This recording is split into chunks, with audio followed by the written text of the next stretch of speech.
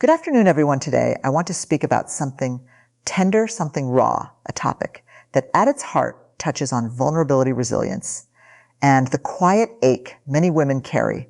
Being a woman with no friends, it's a reality some face, whether by choice or circumstance, and it's one we don't often talk about. There's a persistent narrative in our society that ties loneliness to personal inadequacy, as if being alone is an indictment of one's character. We're subtly taught that being surrounded by people, friends, partners, colleagues, is a sign of success and worth. When someone lacks those connections, it's easy to feel as though they've fallen short, that they're failing at something fundamental. But this is a harmful misconception. Loneliness is not a moral failure. It is a universal human experience. We've all been there. Haven't we moments where the phone doesn't ring, invitations don't come, or the people around us feel more like strangers than companions? And in those moments, the temptation is to look inward and blame ourselves. We think, what's wrong with me? Or why don't I fit in this inner dialogue? Often compounds the pain, making the solitude feel heavier and more personal than it truly is. But let's take a step back and reframe. This loneliness isn't a reflection of who you are. It's a reflection of the circumstances around you. Sometimes life places us in seasons where connection is harder to find. Maybe you've moved to a new city, shifted priorities, or simply outgrown relationships that no longer serve you. These shifts are natural and they happen to everyone, yet when we're in the thick of it, it's easy to believe the story that we are somehow at fault. Loneliness is a signal, not a judgment. It's your heart's way of saying, I crave connection, belonging, and closeness. Craving is a fundamental part of being human. It doesn't mean you're broken. It means you're alive and aware of your need for others, instead of interpreting loneliness as a weakness. What if we saw it as a call to action? A reminder that connection is worth seeking, even when it feels out of reach. If we can let go of the shame that often accompanies loneliness, we open the door to possibility. Without the weight of self-blame, we can focus on what matters, creating opportunities to connect, being present in our own lives, and being open to the people who might step into our.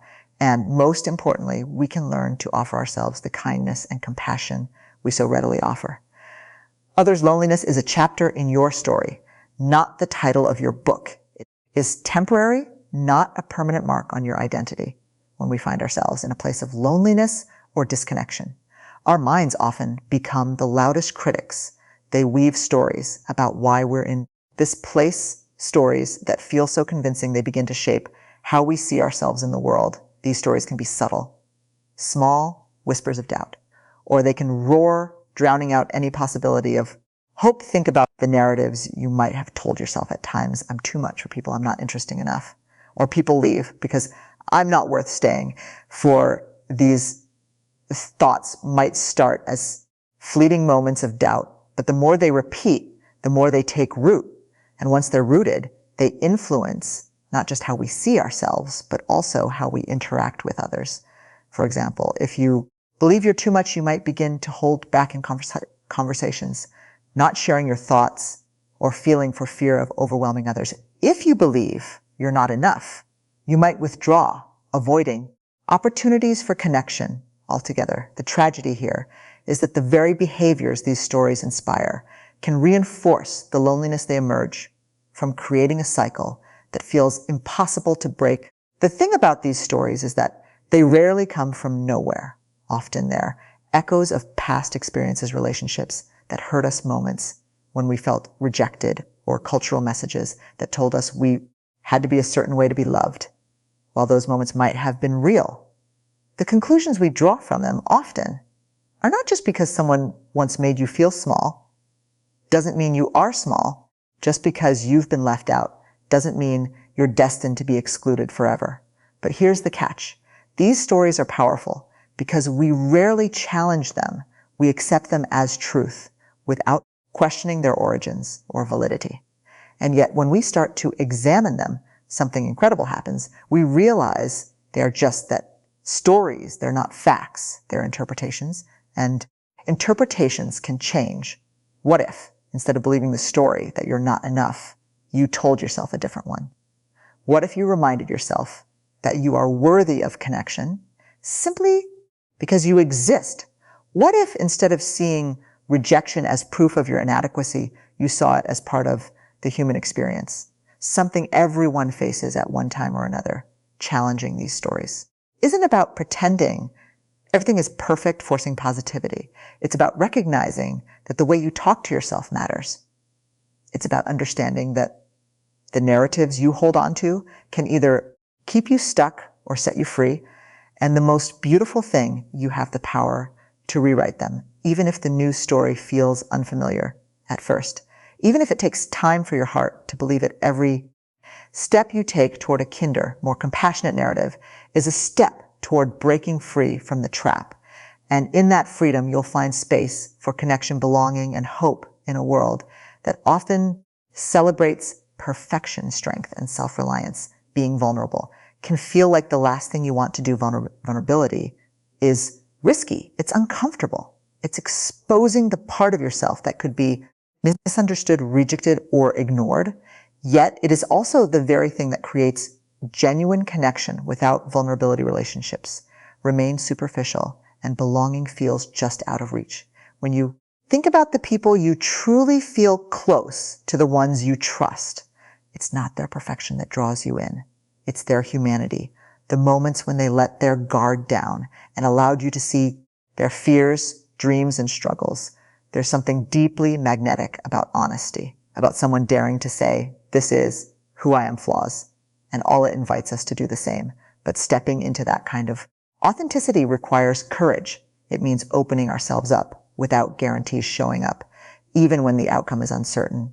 Vulnerability might mean admitting I'm lonely to someone who might not understand. It could mean reaching out for help when you're struggling, or taking the first step in reconnecting with a friend you've drifted from. Each of these actions leaves us exposed, but they also create the opportunity for true connection. The fear, of course, is that vulnerability will lead to rejection. And sometimes it does not everyone meet your openness with understanding or care. But here's the paradox. While vulnerability carries the risk of hurt, it's also the only way to find belonging. If you keep yourself hidden, if you only show the parts of you that feel safe or acceptable, the connections you make will always feel incomplete. You'll never know if someone truly accepts you because they've never seen the real you. It's important to remember that vulnerability isn't about oversharing or exposing every detail of your life. It's about being honest in a way that feels authentic to you. It's saying, I don't have it all figured out, or I care about this, even if it scares me to admit it. It's allowing yourself to be seen, not for who you think you should be, but for who you truly are. And when someone meets your vulnerability with kindness, something magical happens. You feel seen not for the mask you wear, but for the person underneath. That's where belonging begins, not in perfection, but in shared humanity. Vulnerability also has a way of inspiring others. When you're willing to take the risk, you give others permission to do the same. Your openness creates a space where connection can thrive, where people feel safe to show up as their whole selves. It's a ripple effect, one act of courage leading to another. The pathway to belonging isn't paved with invulnerability. It's not about having all the answers or appearing flawless. It's about showing up as you are, even when it's uncomfortable. It's about trusting that no matter the outcome, being real is always worth it. And in that trust, you'll find that the connections you build will be deeper, truer, and more fulfilling than anything built on pretense or fear. We often imagine connection as something that just happens, like a magical moment where two people meet instantly, understand each other. While that can sometimes be true for most of us, connection is not a single moment. It's a practice. It's built in the small everyday choices we make to show up, engage, and try again, even when it feels hard. Many of us hold ourselves to impossible standards when it comes to building relationships we think we need to be charming, always say the right things, or know exactly how to navigate every situation. And when we fall short of those expectations, we retreat, convinced that we're not good at connecting, or that something about us is fundamentally wrong. But connection isn't about being perfect. It's about being present, Think about the relationships in your life that matter. Most they weren't built in a day or through grand gestures alone. They grew over time, through countless small interactions, conversations, shared experiences, and even the moments of conflict that required understanding and forgiveness. A connections is not about getting it right all the time. It's about showing up consistently and authentically. This means that you don't have to wait until you feel ready or perfect to connect with others. You don't need to have all the right words or the perfect setting sometimes. The simplest action, sending a text to say you're thinking of someone, sharing a laugh over a silly joke, or being willing to listen without judgment, are the most powerful. Connection is built in the imperfect everyday moments that remind us we're not alone. At times it can feel frustrating or even discouraging. Maybe you've tried reaching out and felt ignored. Maybe you've been vulnerable and weren't met with the response you hoped for. But like any practice, connection takes patience. Not every attempt will lead to a deep bond, and that's okay. It's the effort, the willingness to keep trying, that matters. Each step you take, no matter how small, lays the foundation for the relationships that will eventually grow. Connection is also reciprocal. It's not just about finding people who will accept and support you. It's about being willing to do the same for others. Sometimes the best way to build a bridge is to ask, how can I show up for someone else today? When you focus on being present for others, you often find that they show up for you in return. Importantly, connection doesn't have to be grand or dramatic. It doesn't always mean lifelong friendships or profound conversations. It can be as simple as making eye contact, offering a genuine compliment, or sharing a moment of laughter with a stranger. These small acts of connection remind us of our shared humanity and help us feel a little less alone. The beauty of practicing connection is that it allows for growth. You don't have to be perfect at it. You can stumble, make mistakes, and start again. The relationships you build don't have to be flawless either. They just have to be real. When you let go of the pressure to get it right and focus on the practice itself, you create space for connection to flourish in ways you never expected. So the next time you feel the weight of loneliness or the fear of reaching out, remember this: connection isn't about a single perfect moment. It's about the ongoing imperfect effort to show up for yourself, for others, and for the relationships that bring meaning to your life. In a world that constantly tells us we need to be part of something bigger, a circle of friends, a relationship, a community, it's easy to forget the most essential belonging of all, the belonging you owe to yourself.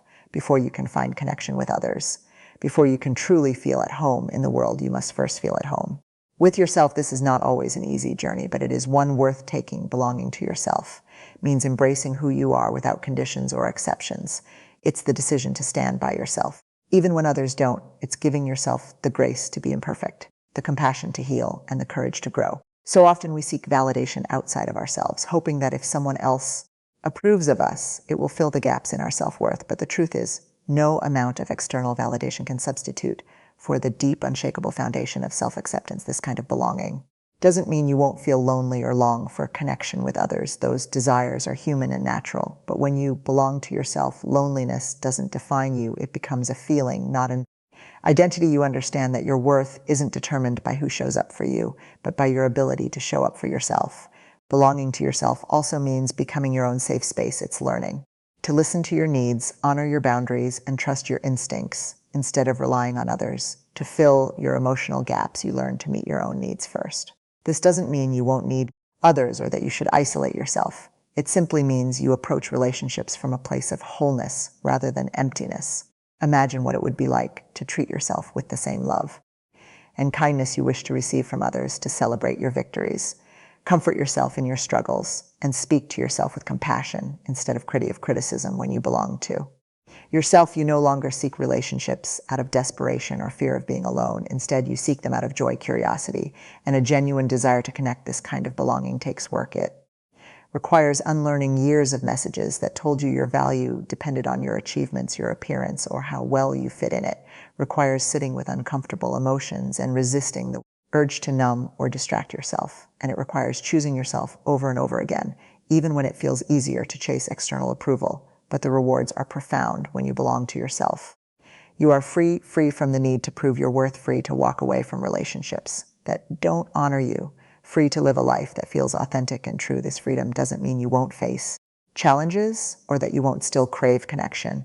It simply means you've built a foundation strong enough to carry you through those challenges with grace and resilience. Belonging to yourself is not about rejecting others. It's about creating a space within you where you can always return, no matter what life throws your way. It's about knowing that even if you feel unseen or misunderstood by the world, you are never truly alone because you have yourself. And in that belonging, you'll find the strength to open your heart to others, not out of need, but out of abundance when you belong to yourself.